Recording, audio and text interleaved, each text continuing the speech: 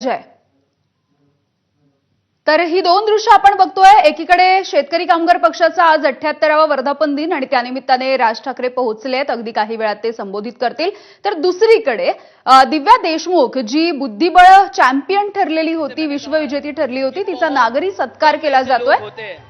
जो अपने गेम को प्राइम फोकस में लाकर अपने गेम के लिए तर या नागरी सत्कारामध्ये आपण बघतोय मुख्यमंत्र्यांच्या हस्ते हा सत्कार झालेला आहे। 3 कोटी रुपयांची रक्कम देऊन तिचा हा सत्कार होतोय आणि नुकतेच क्रीडा मंत्री झालेले माणिकराव कोकाटे हे सुद्धा या ठिकाणी उपस्थित राहिलेले आपण पाहतो आहोत। बहुत बहुत धन्यवाद। त्यामुळे आताच्या क्षणाच्या या दोन महत्त्वाच्या घडामोडी जाणून घेतोय। शेकापच्या मेळाव्यामध्ये राज ठाकरे आणि संजय राऊत हे एकाच ठिकाणी एकाच मंचावरती आपण पाहतोय।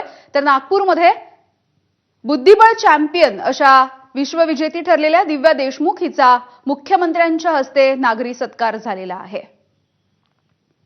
ग्रँडमास्टर झाल्याच्या नंतर आता दिव्या देशमुख हिचा हा नागरी सत्कार करण्यात आला। महाराष्ट्र सरकारच्या वतीनं तिचा हा सत्कार झालेला आहे। जोरदार टाळ्या झाल्या पाहिजे 3 कोटी रुपयांची त्यासोबतच तिला धनादेश सुपूर्द करण्यात आला आणि तिचा सत्कार करण्यात आलेला आहे। हा नागरी सत्कार पार पडलाय। पुन्हा एकदा जाऊयात आपण शेकापच्या मेळाव्यामध्ये। आमचे प्रतिनिधी अजय माने आहेत आपल्यासोबत। अजय, गेल्या काही दिवसांमधल्या घडामोडी बघता राज ठाकरे आणि ठाकरेंची शिवसेना हे सगळे खरं तर मराठीच्या मुद्द्यावरती एकत्र आले, मात्र शेकापसारख्या एका पक्षाच्या मंचावरती आज आपल्याला राज ठाकरे दिसतायत।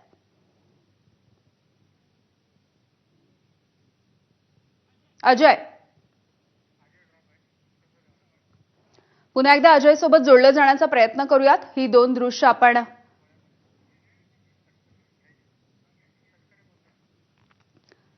आणि यानंतर आपण जाऊयात आज अजित पवार यांच्या राष्ट्रवादी काँग्रेसमध्ये वेगवेगळे पक्षप्रवेश होत आहेत आणि तिकडे सुनील तटकरे बोलतायत। जिल्ह्याच्या सर्वांगीण विकासासाठी, कोकणाच्या विकासासाठी